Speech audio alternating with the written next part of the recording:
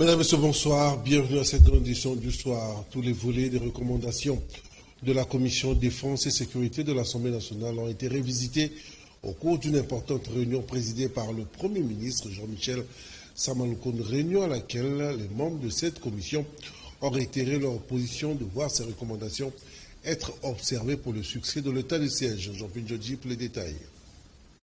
Les recommandations de l'Assemblée nationale à travers sa commission défense et sécurité ont été évaluées et les membres du gouvernement présents à cette réunion se sont résolus à faire preuve de détermination pour que les objectifs assignés à l'état de siège dans les provinces de l'Ituri et du Nord Kivu soient tous atteints.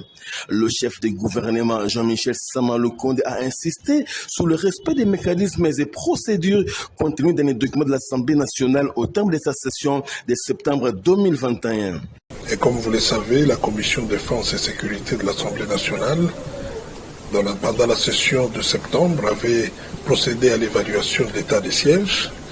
Il y a des recommandations qui avaient été faites au niveau du gouvernement et nous sommes en train de nous rassurer à travers les différentes rencontres que nous avions initiées que toutes ces recommandations sont en train d'être respectées et observées. C'est très important parce que si ces recommandations sont observées, ça va permettre à l'état de siège de s'améliorer dans sa partie opérationnelle et ainsi atteindre l'objectif pour lequel l'état de siège avait été décrété, à savoir instaurer la paix et la sécurité à l'est de la République, qui est un souci majeur pour toutes les institutions, le gouvernement, le Parlement, mais aussi le président de la République. L'ambition majeure de l'état de siège étant de restaurer l'autorité de l'État, tous les moyens sont à mettre au service des gouverneurs militaires afin de réussir le pari à travers des opérations militaires de haute facture. La ministre de la Culture et des Patrimoines, Catherine Kaongo, a officiellement refusé les mains du Premier ministre Jean-Michel Samaloukoun la liste des œuvres d'art à récupérer au musée de Tervuren. Nous sommes en Belgique, et ce, après les séances de travail en Belgique entre le Premier ministre belge Alexandre Decroix et congolais. Le musée national de la RDC a été symboliquement choisi pour cet acte hautement historique et culturel. Jean-Pierre Djodji pour les détails. Madame la ministre, je sais que votre ministère s'est engagé fermement sur la définition des périodes à prendre en compte dans l'inventaire des œuvres à restituer. Ces discussions avaient d'ailleurs fait l'objet des échanges début décembre 2021 à Kinshasa entre notre pays et la partie belge. Ces réunions, conduites d'ailleurs sous votre initiative, ont été tenues ici même au musée national. Elles ont permis d'envisager des étapes concrètes devant conduire à l'aboutissement de ce processus. Celui-ci embrasse une problématique qui concerne tous les partenaires africains et européens quant à la dynamique historique de restitution des œuvres culturelles africaines. Il faudrait encourager ces approches innovantes et constructives sur un dossier d'une haute valeur symbolique et historique, conformément au programme de l'Union africaine, tel que défini dans l'agenda 2063. La reconstitution et la réappropriation des mémoires nationales africaines constituent en effet un enjeu majeur pour le développement du continent, longtemps privé de ses valeurs intrinsèques. Pour ce qui est de la République démocratique du Congo, le gouvernement attend de la commission technique et scientifique qu'elle documente pertinemment la requête congolaise, devant aboutir à la demande officielle du gouvernement congolais, assortie d'un calendrier consensuel d'opérationnalisation.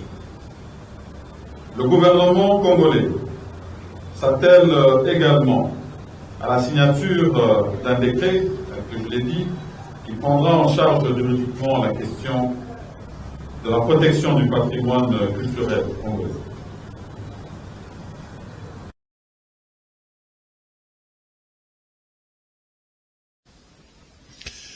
L'Association congolaise pour l'accès à la justice, ACAJ, a animé une conférence débat citoyen sur le protocole d'accord conclu entre le gouvernement congolais et le groupe Ventura dans le cadre du programme de bonne gouvernance et l'état de droit que prend l'ACAJ, compte rendu de Laetitia Alvozo sur les images de Couparbola. Vous savez tout simplement que nous voudrons que les Congolais, nous puissions arriver à considérer que ce que les représentants de l'État prennent comme engagement, ils les font au nom et pour le compte du peuple. Et que dans le cadre de communication qu'il doit y avoir entre l'État et le peuple, nous espérons que les représentants de l'État communiquent les choses avec sincérité et dans la transparence. Nous ne pouvons pas hésiter à ne pas les croire, d'autant plus qu'à ce jour, nous disposons d'aucun autre élément pouvant nous permettre de douter de la sincérité ou de l'authenticité de ce qu'ils nous ont communiqué. Donc, nous plaçons dans ce cadre-là en tant que responsables, nous qui encourageons les citoyens à cultiver la culture démocratique, l'état de droit, nous pensons qu'il faut que nous puissions éloigner ces débats de l'analyse de politiciens. Parce que eux, s'ils l'analysent, surtout s'ils se placent dans la position d'opposants, ils vont, même s'ils ont tous les éléments, ils vont chercher à montrer du noir là où c'est le blanc. Donc, c'est ça l'exercice que nous faisons ici, et je l'ai même mentionné, que nous avons choisi les participants en fonction de cet élément. Bien entendu, demain après demain, si nous avons accès à l'accord, la première chose, vous et nous, ça sera de les vérifier, de les confronter par rapport à ce que les représentants de l'État nous ont communiqué.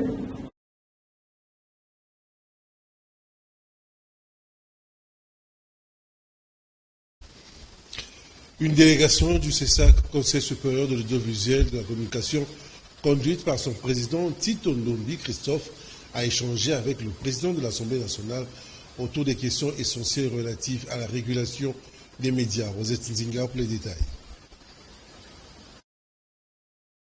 Conduite par Tito Ndombi Christophe, la délégation du Conseil supérieur de l'audiovisuel et de la communication CESAC a déposé les rapports annuels d'activité de cette institution d'appui à la démocratie.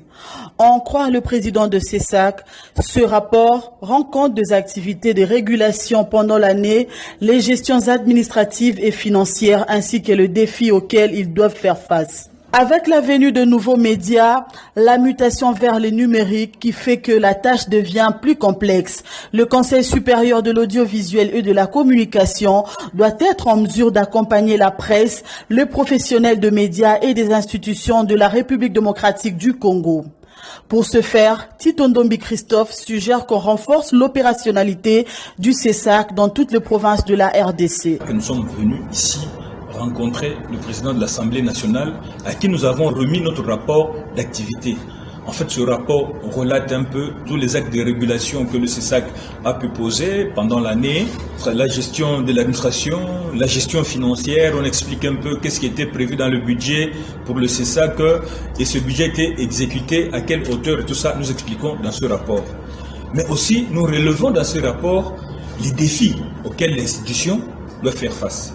Et ces défis-là, ils sont énormes. Le législateur congolais estime que la liberté d'expression et, par ricochet, la liberté de la presse constituent l'un des droits fondamentaux et inaliénables des citoyens congolais. Et le CESAC, justement, a pour mission d'assurer la protection et la promotion de la liberté de la presse.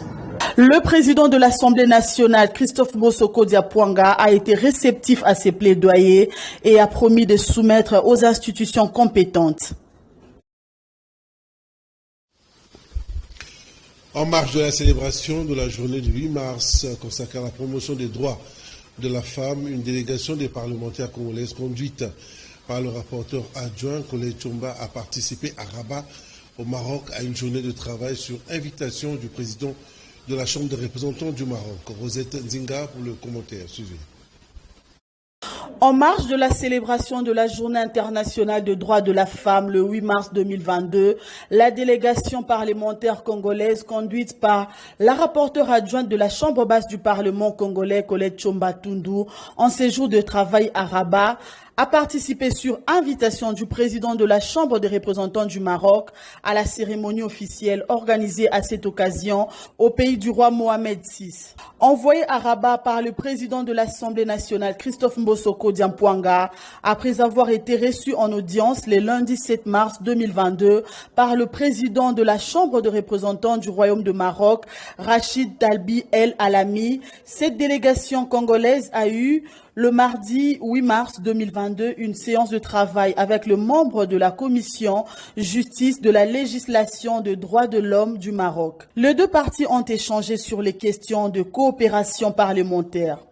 Nous avons échangé avec nos collègues parlementaires marocains sur plusieurs questions d'intérêt commun, principalement sur la question relative à la discrimination positive qui consiste pour nous, parlementaires, à faire voter de lois qui font la promotion de la femme en ce qui concerne notamment son ascension dans des postes de responsabilité, explique la rapporteure adjointe de la Chambre basse du Parlement, Colette Chomba Tundu.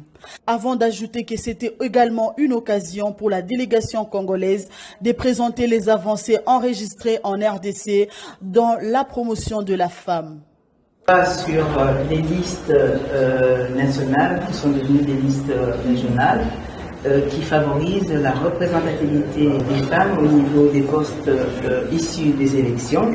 Et nous voulons en fait tirer profit de cette expérience pour voir dans quelle mesure l'appliquer chez nous en République du Congo. Et donc, comme il s'agit d'une chambre bicamérale, nous ne pouvons pas nous contenter de rester juste au niveau de l'Assemblée nationale. C'était important aussi de voir le président du Sénat. La synergie des syndicats d'enseignants va en découdre avec le ministre de l'EPSP, Tony Mwamba, par un sitting déjà prospectueux le vendredi 11 mars devant le cabinet du ministre de l'EPSP. Alain Noka a contacté Jean Bosco Puna, l'un des syndicalistes. Il est au micro d'Alain Noka. Sur recommandation de l'Assemblée générale des enseignants du 26 février dernier, les enseignants seront en sit-in le vendredi 11 mars 2022 devant le ministère de l'EPSP pour dénoncer, premièrement, la mise à la retraite des enseignants sous forme d'un assainissement, une retraite irrégulière qui met fin de manière injuste la carrière des enseignants qui sont des agents et fonctionnaires de l'État attitrés.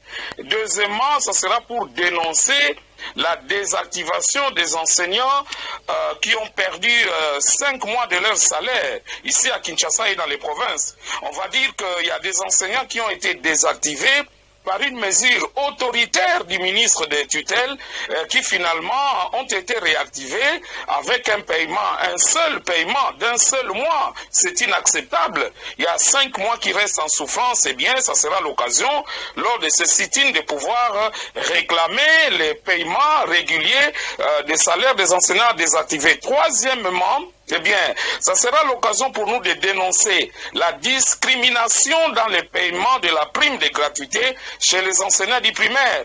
Une discrimination hors du commun, en violation de la Constitution de la République, parce qu'aujourd'hui nous trouvons qu'il y a certains enseignants qui touchent 30 000 francs congolais, d'autres 200 000 francs congolais. C'est l'occasion pour nous, lors de ces sit-ins, d'exiger à partir du mois d'avril que tous les enseignants du primaire touchent un salaire et une prime équitable.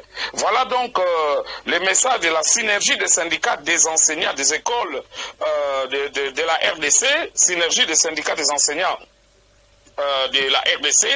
Tous les enseignants sont donc, doivent rester solidaires et ils sont conviés à cette action syndicale le vendredi 11 mars 2022 à 10h devant le ministère de l'EPST pour que nous puissions faire entendre la voix de l'enseignant retraité irrégulièrement, la voix de l'enseignant désactivé irrégulièrement et la voix de cet enseignant du primaire à qui on a donné une prime discriminatoire. C'est l'occasion de pouvoir faire pression sur le gouvernement afin que cela soit corrigé.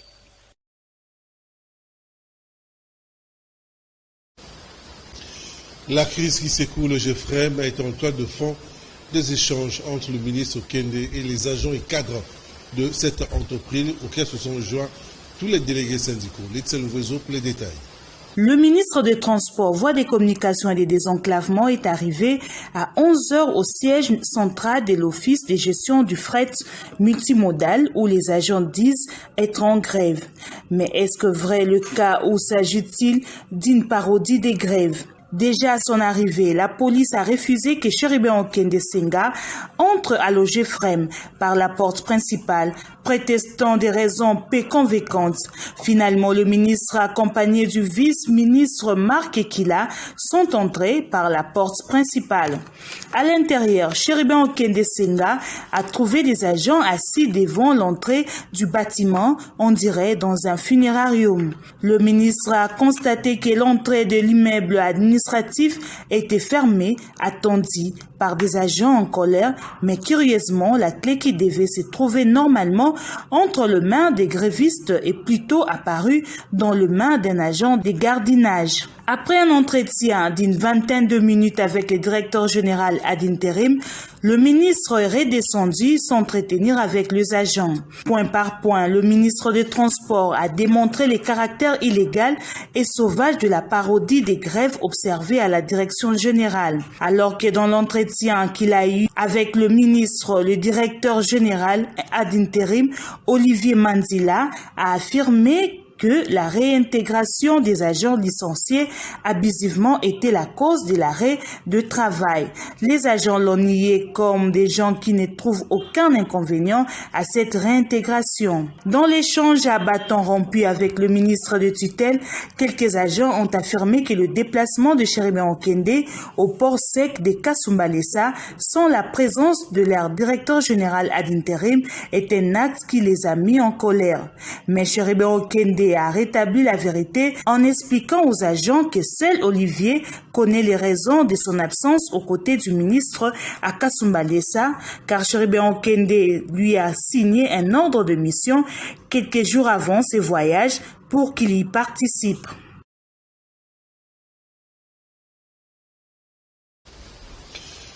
La machine Pilvi Mixer, nouvellement acquise par l'OVD, a été testée avec démonstration sur l'avenue Cana dans la commune de Limouté. 9h, cet engin permet de stabiliser instantanément le sol dès que les travaux s'exécutent sur le terrain. Lydie Loufoladio pour les détails. L'Office de voiries et drainage vient d'acquérir un nouvel engin de génie civil dénommé Pilvi Mixer. Cette nouvelle machine joue un rôle très capital. Elle stabilise le sol en temps record pendant l'exécution des travaux de réhabilitation de routes, tout comme des voiries. En effet, l'avenue Canas à la 9e rue Lumété a été choisie comme modèle pour les essais sur terrain. Et c'était en présence du Dirkaba Tobi Kaloubi des ITP, du DG Toumba de l'OVD et du DPK Alain Chimbalanga. Ces derniers ont été très satisfaits du résultat et convaincus de la rapidité avec laquelle les ingénieurs de la direction provinciale de l'OVD Kinshasa ont exécuté les travaux avec cet engin qui stabilise instantanément les sols et les compacts en même temps. D'après les explications que nous avons recueillies auprès de différents techniciens de l'OVD, cette machine nous permettra de gagner beaucoup plus en timing et aussi dans les décaissements de fonds. Donc cela nous permettra de couvrir beaucoup de kilomètres dans une période très courte. Nous venons de faire une expérimentation avec les Pilvi Mixer que nous avions acquis, ça fait pratiquement une année, parce qu'au mois d'avril 2021 que nous avions reçu de la JICA cet appareil. Et nous avons voulu expérimenter ça. On a choisi cette avenue où la DPK s'est déployée pour pouvoir faire cette expérience. Comme a dit, selon les orientations de son Excellence, Monsieur le ministre d'État, comme vous savez, nous nous préparons pour partir à l'Équateur. Comme nous disposons de 2 matériels, nous pensons amener un de matériel à l'Équateur, plus particulièrement pour l'avenue Libération, qui fait 7 km pour quitter l'aéroport pour aller vers le centre-ville. Signalons que les ingénieurs de l'OVD ont utilisé des concassés en 0,31 avec du ciment pour stabiliser directement cette chaussée juste après le décaissement de l'ancienne chaussée. Après cette opération, d'autres vont suivre, à savoir l'imprégnation et la pose de enrobés.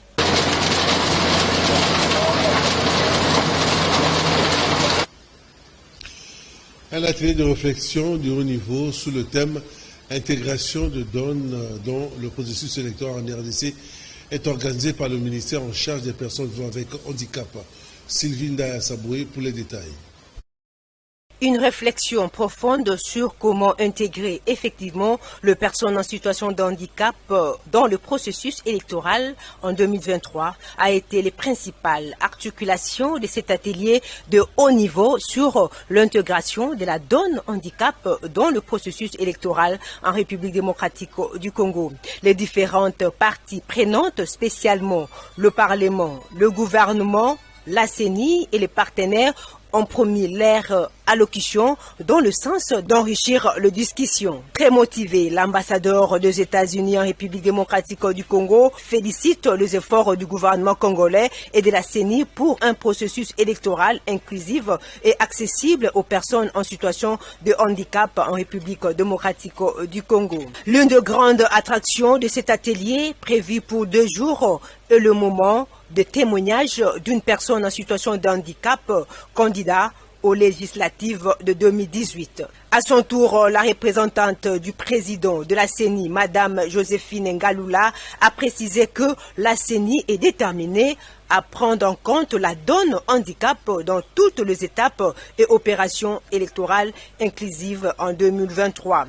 À travers cet atelier, le ministre de PVH, Irène Essambo Diata, a invité les participants à une réflexion profonde sur comment intégrer effectivement la donne handicap dans le processus électoral en République démocratique du Congo. Le vice-premier ministre, ministre de l'Intérieur, Daniel Aselo Okito Wankoi, lors de son mot de circonstance, a déclaré ouvert cet atelier sur l'intégration de la donne handicap dans le processus électoral en République démocratique du Congo. Et il a souligné la détermination politique du gouvernement congolais à répondre à ses engagements dans le domaine des droits des personnes en situation de handicap en République démocratique du Congo.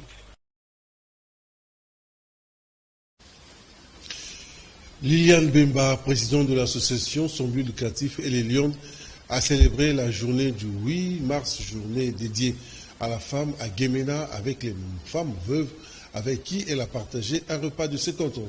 Prince Yambouy pour les détails. Comme à l'accoutumée, la présidente de l'ASBEL et les Lions, Liliane Bemba, a partagé un repas de cœur avec les femmes veuves de Guémena, chef-lieu de la province du Sud-Ubangi. C'était à l'occasion de la Journée internationale de la femme célébrée le 8 mars de chaque année. Affectueusement appelée Maman Liliane, cette dame au grand cœur et toujours au service des autres a réuni plus d'une 50aine de femmes veuves, démunies et oubliées pour leur offrir un repas de cœur et de pagne et de mouchoirs de tête en cette journée commémorative du droit de la femme, pendant que, sous d'autres cieux, les autres femmes festoient. En bonne mère, Liliane Bemba était au four et au moulin pour servir un repas copieux à ses veuves qui ont salué l'initiative de la présidente des Lions, qui ne se fatigue jamais de faire du bien aux nécessiteux. Pour lier l'utile à l'agréable, une photo de famille a été prise à la satisfaction de toutes les mamans veuves.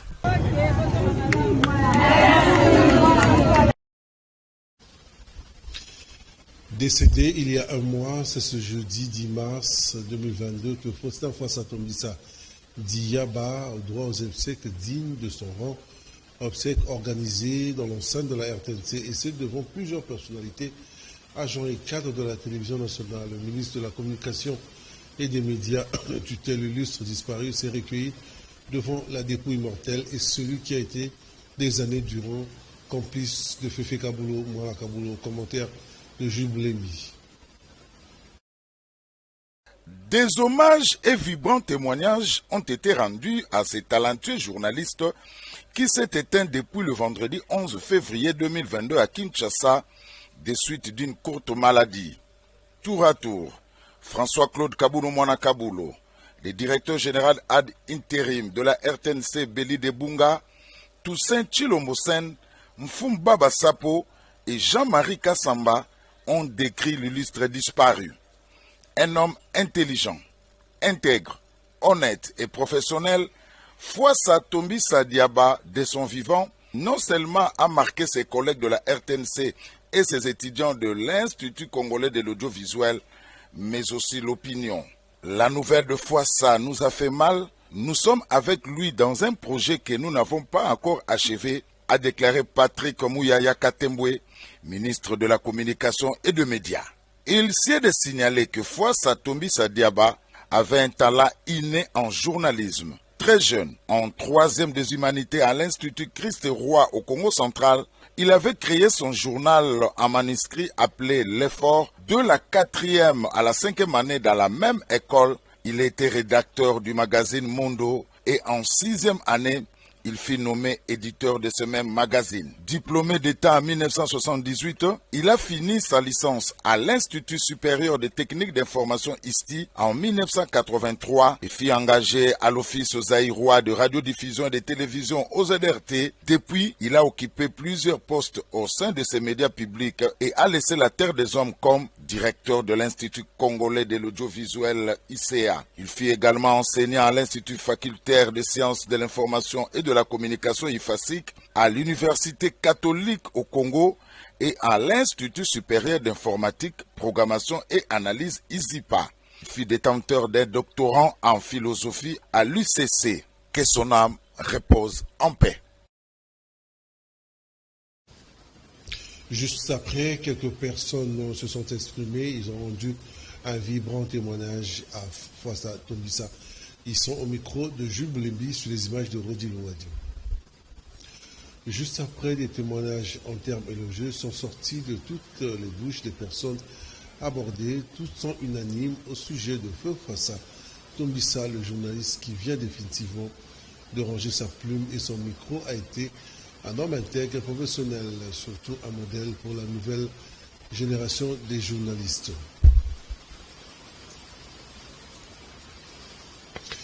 C'est sur cette note que nous mettons un terme à cette grande édition. Merci d'avoir suivi. Le prochain rendez-vous est pris pour la rediffusion à minuit. Et puis demain vendredi à 7h, toujours sur la même chaîne, Kalaikina, la télé Vérité.